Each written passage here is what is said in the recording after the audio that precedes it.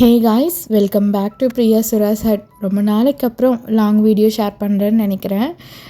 ஷார்ட்ஸ்லலாம் வேக வேகமாக பேசிட்டு போயிடுவேன். ரொம்ப நாளைக்கு அப்புறம் ரிலாக்ஸாக பேசுகிற மாதிரி இருக்குது.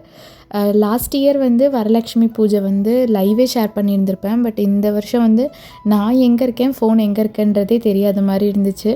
அதனால் கிடைச்ச இடத்துலலாம் கொஞ்சம் கொஞ்சம் வீடியோ எடுத்து வச்சுட்டேன், அவ்வளோதான். இந்த 1 வீக்கில் எங்கெங்கே போனோம், என்னென்ன பர்ச்சேஸ் பண்ணோம் அப்படிங்கிறத ஷார்ட்ஸில் அப்பப்போ ஷேர் பண்ணிட்டு தான் இருந்தேன். நீங்கள் நியூ சப்ஸ்கிரைபராக இருந்தீங்கன்னா கீழே வேணும்னா டிஸ்கிரிப்ஷனில் லிங்க் கொடுக்குறேன், தேவைப்பட்டால் போய் பாருங்கள். இது வியாழக்கிழமை எடுத்த விலாக் தான். வியாழக்கிழமை அம்மனுக்கு பாத்திரம், இந்த விளக்கெல்லாம் தேய்க்கிறது, அதுக்கப்புறமேட்டு இந்த ஃபில்லிங் ஐட்டம். எப்பயுமே எங்கள் வீட்டில் ஒரு வழக்கம் இருக்குது. இந்த ஃபெஸ்டிவல் டைமில், பொங்கல் டைமு, வரலட்சுமி பூஜை டைமு, தமிழ் நியூ இயர் டைமில் இல்லை, எப்பயுமே கிராசரிஸ், இந்த அரிசி, பருப்பு, கல்லுப்பு இது எல்லாமே ஃபில்டாக இருக்கணும். அதுக்கு ஒரு தனி டைம் எடுத்து எல்லாத்தையும் க்ளீன் பண்ணி அதை கொட்டி வைக்கிறதுக்காகவே ஒரு 1/2 hour டைம் ஸ்பெண்ட் பண்ணணுங்கிறது தான். அதே மாதிரி எல்லாம் பண்ணி முடித்தாச்சு. இந்த ஸ்க்ரீன் அமேசானில் தான் ஆர்டர் பண்ணியிருந்தேன். பட் நான் ஒரு சைஸில் போட எனக்கு டேபிள் சைஸ் தெரியாததுனால இந்த டைம் தான் ஃபஸ்ட் டைம் வெளியில் பண்ணலாம் அப்படின்னு சொல்லி பிளான் பண்ணியிருந்தோம். கேட்டேன் ஹஸ்பண்ட் கிட்ட, சரி ஓகே பண்ணு அப்படின்னாரு. கடைசி நேரத்தில் பார்த்தா ஸ்க்ரீன் கொஞ்சம் பெருசாகிடுச்சு. அப்புறம் வேக வேகமாக டைலர் ஆண்டிக்கு ஃபோன் பண்ணிவிட்டு, சரி அம்மனை அழைச்சிட்டு நைட் இது பார்த்துக்கலான்னு சொல்லிவிட்டு, சுற்றி இந்த இருக்கிறது எல்லாமே பிவிசி பைப்பு. நாங்கள் கடையில் தனியாக போய் மெஷர் பண்ணி அளந்து வாங்கிட்டு வந்தோம். கடைசியாக பைப்பு பிரச்சனை இல்லை, ஸ்க்ரீனே பிரச்சனை ஆகிடுச்சு. அப்புறம் டைலர் ஆண்டிக்கு ஃபோன் பண்ணி அந்த டீட்டெயில் சொல்லி ஆல்ட்ரேஷனுக்கு கொடுத்துட்டு அம்மனுக்கு ரெடி பண்ண ஆரம்பித்தாச்சு. லாஸ்ட் இயர்லேருந்து தான் அம்மனுக்கு நான் ரெடி பண்ணுறேன். அதுக்கு முன்னாடிலாம் ஹஸ்பண்டே தான் பண்ணுவார். லாஸ்ட் இயர் சரி அவருக்கு வேலை இருக்குதுன்னு சொல்லி நான் பண்ண ஆரம்பித்தது அப்படியே இந்த வருஷமும் கண்டினியூ ஆகிடுச்சு. இந்த டைம் ஹஸ்பண்ட் எப்படின்னா ரொம்ப ரிலாக்ஸேஷன் மோடுக்கு போயிட்டார். அம்மனை ரெடி பண்ணுறது மட்டும், ஏன்னா வருஷம் நான் தானே பண்ணுறேன், இனிமேல் நீ பண்ணு அப்படின்னு சொல்லிட்டாரு. நான் என் மாமியார்கிட்ட கேட்டு எப்பயுமே ஒவ்வொன்றா பண்ணுவேன். அதுக்கப்புறமேட்டு அம்மனுக்கு ரெடி பண்ணிவிட்டு வீட்டில் சொந்தக்காரங்களை கூப்பிட்டுட்டு, என்னோடய நாத்தனார் எல்லாரையும் கூப்பிட்டு அதுக்கப்புறமேட்டு அம்மனை வீட்டுக்கு அழைச்சிட்டு வர்றது வழக்கம். என் லைஃப்பில் வரலட்சுமி பூஜை எப்படி வந்துச்சுன்னு சொல்லணுன்னா, என்னோடய சேனல் ஃபாலோ பண்ணிகிட்ருக்கவங்களுக்கு நான் திருப்பி சொல்கிற மாதிரி தான் இருக்கும். அம்மா வீட்டில் எந்த வழக்கமும் கிடையாது. ஆனால் என் மாமியார் கிட்டத்தட்ட அவங்க கல்யாணம் ஆகி போய் அவங்க வீட்டு சைடுமே, என் மாமனார் வீட்டு சைடுமே இந்த வழக்கம் கிடையாது. என் மாமியாரை ஆசைப்பட்டு அவங்க கல்யாணம் ஆன ஒரு 4-5 வருஷத்தில் ஸ்டார்ட் பண்ணாங்க. இப்போ அரௌண்ட் ஒரு 40 இயர்ஸாக அவங்க பண்ணிக்கிட்டு இருக்காங்க. நான் மேரேஜ் ஆகி வந்த உடனே நீங்கள் நிறைய பூஜைகள் எல்லாம் பண்ணுவாங்கன்னு தெரிஞ்சதுக்கப்புறம் மைண்ட் செட் பண்ணிக்கிட்டேன். சரி ஓகே, நம்ம புதுசாக ஏதாவது ஸ்டார்ட் பண்ணுறோமோ இல்லையோ, அட்லீஸ்ட் அவங்க ஃபாலோ பண்ணதையாச்சும் ஓரளவுக்கு ப்ராப்பராக பண்ணணும் அப்படின்னு சொல்லிட்டு. லாஸ்ட் இயர் வருஷம் பூஜை ரூமில் தான் வைப்பாங்க. இந்த வருஷம் நானும் ஆசைப்பட்டு இப்படியெல்லாம் பண்ணலாமான்னு கேட்டேன். மாமியாரும் சரி ஹஸ்பண்டும் சரி எந்த அப்ஜெக்ஷனும் சொல்ல, நீ பண்ணுறது சூப்பர்மா, ஓகே நீ பண்ணு அப்படின்னு என்கரேஜ் தான் பண்ணாங்க. அம்மனை கூட்டிகிட்டு வச்சுட்டு அவங்களுக்கு பிரசாதம் படைச்சிட்டு அதுக்கப்புறமேட்டு தான் டெக்கரேஷன். வீட்டில் டிஃபன் சாப்பிட்டுட்டு குழந்தைய தூங்க வச்சுட்டு அதுக்கப்புறமேட்டு தான் டெக்கரேஷன் ஐட்டம்ஸ். நெக்ஸ்ட் டேக்கு மார்னிங் எல்லாேருக்கும் டிஃபனுக்கு அரேஞ்ச் பண்ணியிருந்தோம். அதுக்கு எல்லா ப்ரிப்ரேஷன் எல்லாமே அடுத்தடுத்து பண்ணுற மாதிரி தான் இருந்துச்சு.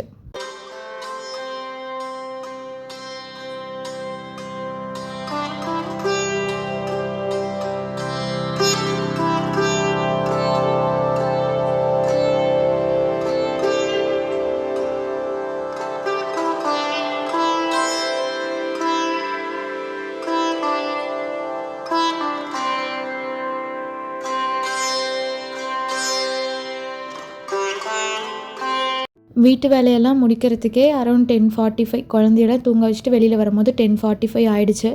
அதுக்கு மேலே நானும் ஹஸ்பண்டும், நான் வர வரைக்குமே ஹஸ்பண்ட் வெளியில் டெக்கரேட்டிவ் கொஞ்சம் கொஞ்சமாக ஸ்டார்ட் பண்ண ஆரம்பிச்சிட்டாரு.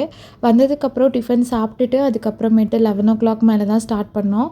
பார்த்துட்ருந்தோம். அப்புறம் கிவ் அவேக்கு புதுசாக ஏதாச்சும் ட்ரை பண்ணலாம் அப்படின்னு சொல்லிட்டு நிறையா அந்த ப்ளவுஸ் பீட்டெல்லாம் வச்சு ஹஸ்பண்ட் சொன்னார். ஒரு 2 months பிஃபோரே சொன்னார், ஒரு ஃபோட்டோ காட்டி இந்த மாதிரி பண்ணேன் அப்படின்ட்டு. சரி ஓகே எடுத்துகிட்டு வாங்கன்னா கடைசியாக லாஸ்ட் மினிட்ல கொண்டு இருந்தான் அப்படின்னு சொல்லிட்டாரு. அதனால் என்ன பண்ணுறதுன்னு தெரியல. பட் பண்ணணும்னு ஆசையும் இருக்குது, அதே சமயம் டயர்டாகவும் இருந்துச்சு. பண்ணிடலான்னு சொல்லிட்டு 12 o'clock, நைட்டு 12 o'clock உட்காந்தேன். கிட்டத்தட்ட ஒரு 1:15 வரைக்குமே பண்ணிக்கிட்டு தான் இருந்தேன். ஹஸ்பண்ட் டெக்கரேட்டிவ் அந்த பக்கம் போனதுனால நான் ஃபுல்லாக இதை பார்க்க வேண்டியதாகிடுச்சு. எப்படி பண்ணுறதுன்னு ஐடியாவே இல்லை. யூடியூபும் பார்க்குறதுக்கெல்லாம் எதுவுமே எனக்கு மைண்ட் செட் இல்லை. அதனால நம்மளுக்கு தோணுற மாதிரி பண்ணலாம் அப்படின்னு சொல்லி ஆரம்பித்தேன். ஃபஸ்ட்டு ஒரு 1, 2 டெமோ பண்ணி வச்சு பார்த்துட்டு மாற்றி மாற்றி வச்சு பார்த்துட்டு அதுக்கப்புறமேட்டு ஒரு கரெக்டாக நமக்கே ஒரு விஷன் கிடைக்கும் இல்லையா, அதை வச்சு பண்ண ஆரம்பிச்சிட்டேன். ஆனால் கிட்டத்தட்ட ஒரு 1.5 மணி நேரம் உட்காந்து செஞ்சதுக்கான ஒர்த்து வந்து லாஸ்ட்டாக ஃபைனல் அவுட்புட்டில் பார்க்கும்போது ஒரு மன திருப்தின்னு தான் சொல்லணும்.